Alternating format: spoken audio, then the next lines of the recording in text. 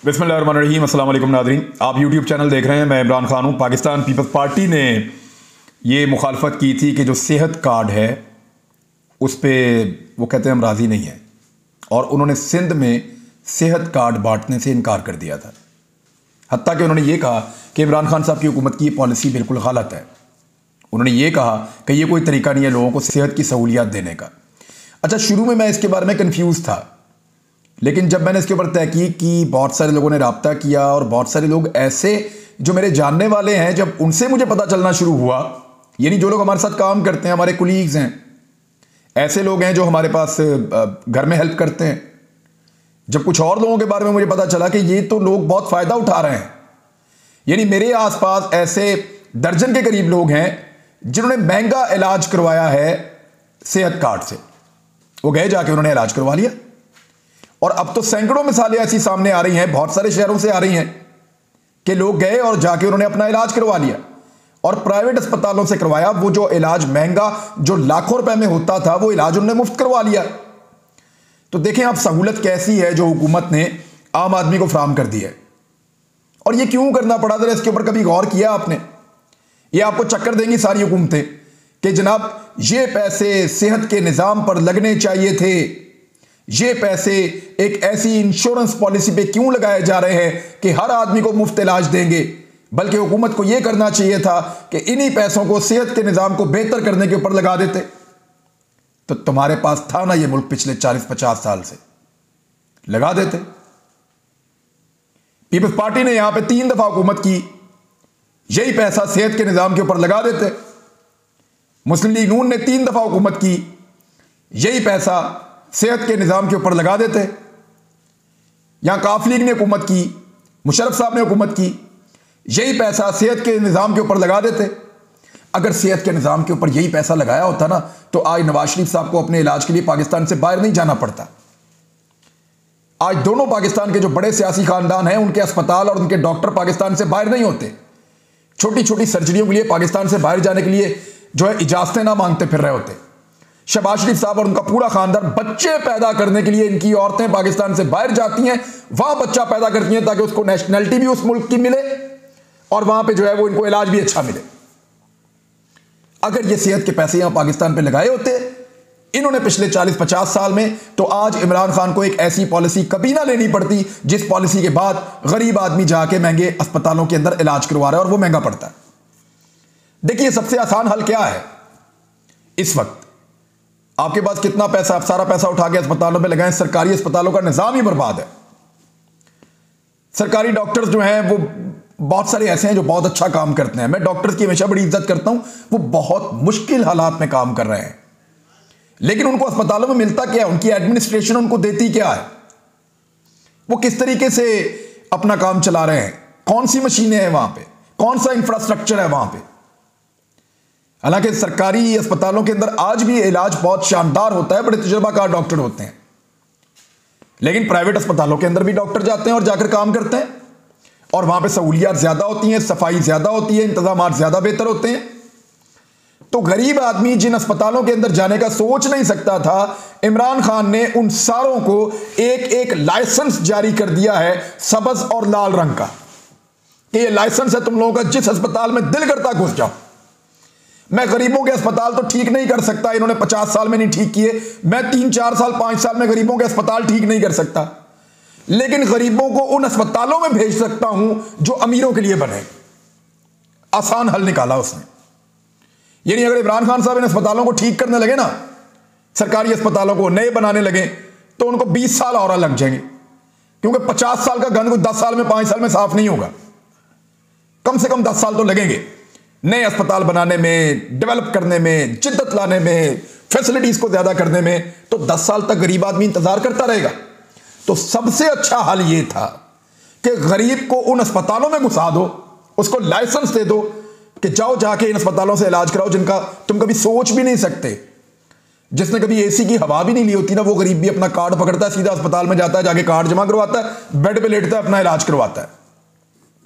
ये है नया पाकिस्तान, इसको कहते हैं तब्दीली। अब ये नहीं हो सकता कि आप ये कहें कि जनाब गरीब का अस्पताल और अमीर का अस्पताल, और गरीब जाएगा सिर्फ सरकारी अस्पताल में, अमीर जाएगा प्राइवेट अस्पताल में। ये किया हुआ था इन्होंने यहां पे, और सरकारी अस्पताल को ठीक कर नहीं रहे थे। ठीक करने में लगेंगे 10 साल, तो 10 साल गरीब इंतजार करे। इससे बेहतर है कि उसको कार्ड बना के दो ताकि वो भी जाए जाके वहीं से इलाज कराए जहां से अमीर अपना इलाज करवाता है। बहुत अच्छा किया इमरान खान ने, बिल्कुल ठीक किया उन्होंने। पूरी सपोर्ट उनके साथ होनी चाहिए, और हर उस गरीब की होनी चाहिए जिसके पास ये कार्ड है। अब बिलावल भुट्टो जरदारी साहब, ये लोग इसकी बहुत मुखालफत करते थे पहले, लेकिन अब उन्होंने खिताब करते हुए कहा है कि ये तो पीपल्स पार्टी का प्रोग्राम था। यानी पहले उस कार्ड को माना नहीं, उसकी बुराइयां की, और अब कह रहे हैं नहीं नहीं, ये तो पीपल्स पार्टी दौर का हुकूमत बेनजीर इनकम सपोर्ट प्रोग्राम के तहत सेहत वसीला कार्ड का प्रोग्राम शुरू किया था, जिसको बाद में नवाज शरीफ ने ले लिया और इमरान खान ने ले लिया। पहले कहते हैं एक चीज ही गलत है, जब वो चीज चली गई, जब वो चीज हो गई, जब उसको पजीराई मिल रही है, जब लोग उसके ऊपर खुश हो रहे हैं, जब लोग उसके ऊपर झोलियां उठा के दुआएं दे रहे हैं, तो यही काम होता है सियासतदान का फिर कहना कि नहीं ये तो थूक के चाटने वाली बात है ना। पहले कहा बहुत बुरा है, लोगों ने कहा नहीं नहीं ये तो अच्छा है, हाँ ये तो हमने शुरू किया था। अब ये कर रहे हैं बिलावल भुट्टो जरदारी साहब। तो अच्छी बात यह है कि पाकिस्तान पीपल्स पार्टी ने यह भी फैसला किया है कि कराची के शहरियों को भी सेहत कार्ड का इजरा किया जाएगा। वफाकी हुकूमत ने इसके ऊपर जो है वो गौर शुरू कर दिया है, और इसके ऊपर तकरीबन फैसला हो चुका है कि वफाकी वज़ारत इत्तलात के मुताबिक कराची के तमाम मुस्तकिल रहायशियों को सिर्फ 16 अरब रुपए सालाना में सेहत कार्ड फराहम किए जा सकते हैं। वज़ारत सेहत का कहना है कि अगर सिंध हुकूमत ने इस प्रोग्राम में शमूलियत इख्तियार ना की तो वफाक अपना किरदार खुद अदा करेगा। नहीं करते सिंध हुकूमत वाले तो ना करें। मेरे ख्याल में वफाक को इसके अंदर काला रंग डाल दें, मेरे ख्याल में पीपल्स पार्टी बड़ी खुश हो जाएगी। लाल और सब्ज रंग है, काला डाल दें। और पीएमएल एतराज करती है कि किसी के बाप के पैसे हैं जो ये रंग लगाया हुआ है। नवाज शरीफ का हर कार्ड के ऊपर अपना मुंह लगा होता था, इमरान खान ने तो अपना मुंह नहीं लगाया इसके ऊपर। शहबाज शरीफ का मुंह एक तरफ लगा होता था, नवाज शरीफ का मुंह एक तरफ लगा होता था, और कार्ड होता था सरकारी। याद नहीं है आपको? हर प्रोग्राम में मेरे पास एक दफा वो थैले आए आटे वाले, वो मेरे पास कैसे आए, वो एक्चुअली हुआ ये कि हम एक प्रेस कॉन्फ्रेंस में गए, वहां पे उन्होंने हमें दिखाए बहुत सारे, हम उसकी फुटेज बना रहे थे, तो मैंने वहां पे शोर मचा दिया। मैंने कहा जी ये थैले आप सारे दे रहे हैं सैलाब ज़दगान को, मदद है सरकारी, इसके ऊपर नवाज शरीफ साहब का मुंह क्यों बना हुआ है और शहबाज शरीफ साहब का मुंह क्यों बना हुआ है? उन्होंने कहा जी उनकी हुकूमत है, उनका मुंह नहीं बनाएंगे तो किसका बनाएंगे?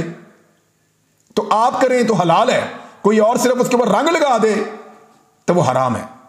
उसके ऊपर सफेद रंग लगा दें खाली ताकि पीएमएलएन का हो जाए, या उसमें काला रंग डाल दें ताकि पीपल्स पार्टी का हो जाए, तो फिर आप राजी हैं। तो मेरे ख्याल में अगर काला रंग डाल देंगे तो पीपल्स पार्टी पूरे सिंध में करवा लेगी, सिर्फ और बेनजीर भुट्टो साहब की तस्वीर लगा दें तो वो पूरे सिंध में करवा लेगी। और हालत सिंध की यह है कि इस वक्त उनका कोरोना टेस्ट तक मशकूक हो गया है। यानी एक इंक्वायरी हुई है वहां पे Liaquat university of medical and health sciences के मामले पे। ये जामशोरों की लेबॉर्ट्री से करवाए जाने का जो इंकशाफ हुआ है, वो कराची से किए जाने वाले जो कोरोना के टेस्ट हैं वो जामशोरों की लेबॉर्ट्री में जाके हो रहे हैं।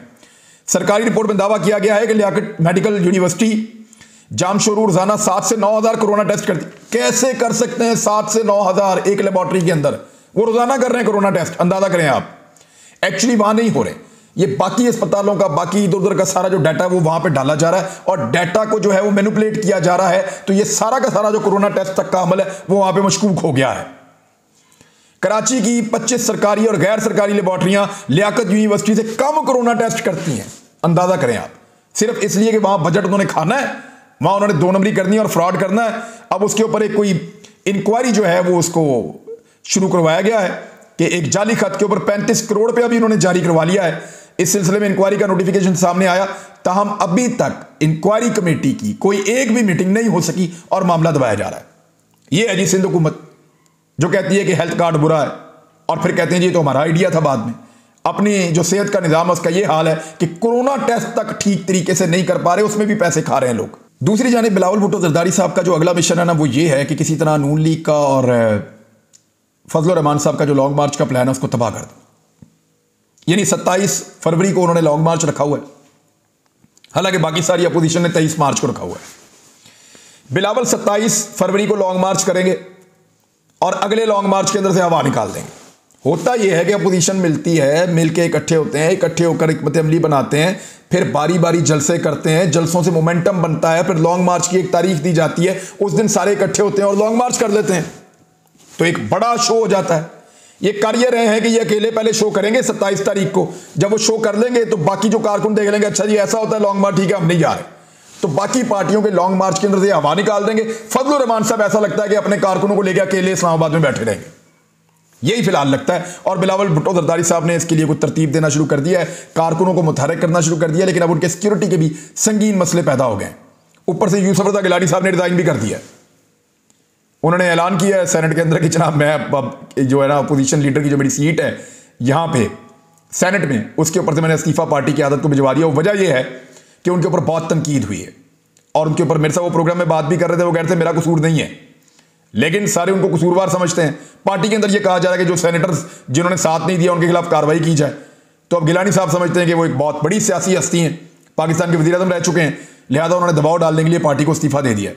मेरी इत्तला के मुताबिक ये इस्तीफा मंजूर नहीं होगा, क्योंकि अभी लॉन्ग मार्च में बिलावल भुट्टो जरदारी साहब को यूसुफ रज़ा गिलानी साहब की बड़ी सख्त जरूरत है जनूबी पंजाब में, क्योंकि जनूबी पंजाब में आएंगे, वहां से फिर जीटी रोड के ऊपर आएंगे, फिर वहां से मुख्तलिफ शहरों से होते हुए ये रावलपिंडी जाएंगे। और यूसुफ रज़ा गिलानी साहब को, कमरुज़्ज़मान कायरा साहब को और साबिक वज़ीर आज़म जो है राजा परवेज़ अशरफ साहब, इन 3 लोगों को बड़े अहम टास्क दिए गए हैं पीपल्स पार्टी की जानिब से। लेकिन असद उमर साहब ने यह कहा है कि कुछ भी हो जाए सिंध में हम अपनी हुकूमत बनाएंगे अगली दफा।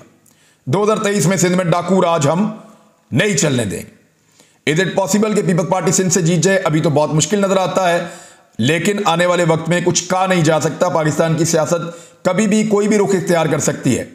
पीपल्स पार्टी का मॉडल क्या है? पीपल्स पार्टी ये चाहती है कि वफाक में उनकी हुकूमत आए या ना आए, सिंध में उनकी हुकूमत अगली मरतबा दोबारा कायम रहनी चाहिए। उनको सिंध में अपनी हुकूमत कायम रखनी है ताकि उनका एक जगह पे भरम भी कायम रहे और वो इक़्तिदार में भी रहे और उनका सिलसिला भी चलता रहे। और दूसरा, वफाक के लिए बिलावल भुट्टो जरदारी ग्रेजुअली तैयार भी होते रहे।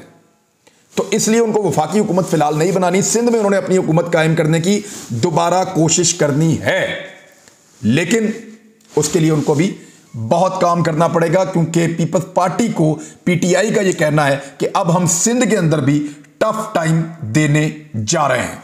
वैसे ये जो लॉन्ग मार्च पीपल्स पार्टी करने जा रही है ना, ये एक तरह की इमरान खान साहब की मदद करने जा रहे हैं। बिलावल भुट्टो जरदारी साहब ने या पीपल्स पार्टी ने जितना पाकिस्तान तहरीक-ए-इंसाफ की हुकूमत को रेस्क्यू किया है, शायद किसी ने नहीं किया। यानी गिलानी साहब के बेटे की वीडियो आती है और सेनेट का पूरा इलेक्शन जो है वो मशकूक हो जाता है और इमरान खान साहब का बयानिया या मौक़िफ़ जीत जाता है। उसके बाद सेनेट के अंदर सादिक संजरानी साहब को जिताना था, पीपल्स पार्टी ने बड़ा अहम किरदार अदा किया, सादिक संजरानी साहब बन गए चेयरमैन सेनेट। फिर पीपल्स पार्टी ने कहा कि इनको हटाना भी नहीं है, पीएमएलएन ने 10 दफा कहा इनको हटाओ, पीपल्स पार्टी ने कहा हटाना भी नहीं है, हटाने भी नहीं दिया। फिर जिस जिस जगह पे हुकूमत ने कोई बिल पास करना था, किसी जगह पे हुकूमत को कोई कानून साजी करनी थी, वहां पे पीपल्स पार्टी ने बाहर निकल के शोर मचाया, लेकिन अंदर जाके हुकूमत का साथ दिया और हुकूमत को रेस्क्यू किया हर जगह के ऊपर। और अब यही पीपल्स पार्टी एक मरतबा फिर लॉन्ग मार्च वक्त से पहले करके पीएमएलएन के और फजलुर रहमान साहब के लॉन्ग मार्च के गुब्बारे में से हवा निकालकर इमरान खान साहब की एक मरतबा फिर मदद करने जा रही है।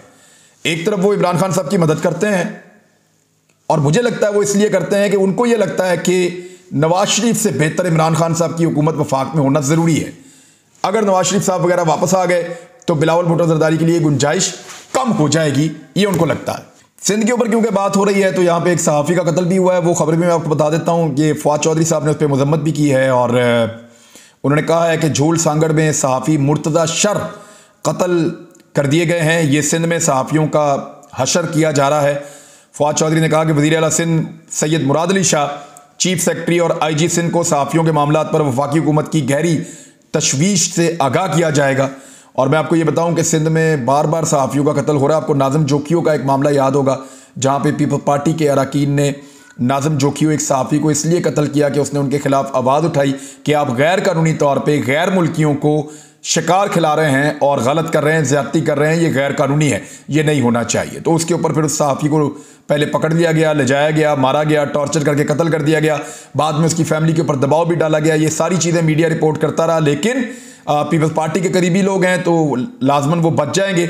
अब यहाँ पे एक और सहाफ़ी का कत्ल हुआ है। इससे पहले भी सिंध में सहाफ़ियों के कत्ल भी होते रहे हैं, उनके साथ जुल्म और ज़्यादती भी होती रही है और बार बार उसके खिलाफ आवाज़ भी उठाई जाती रही मीडिया में। लेकिन पीपल्स पार्टी खुद तो ये कहती है कि वो सहाफ़ियों की हिफाजत के लिए हर मुमकिन इक़दाम चाहती है, लेकिन और जमहूरियत की दावेदार है, लेकिन कोई भी आवाज़ उठाए सिंध के अंदर तो वो उसको इस तरह खामोश करवाते हैं जैसे कोई डिक्टेटर भी नहीं करता। तो नाज़रीन, अब तक के लिए इतना ही। अपना ख्याल रखिएगा, अपने इस चैनल का भी। अल्लाह हाफ़िज़।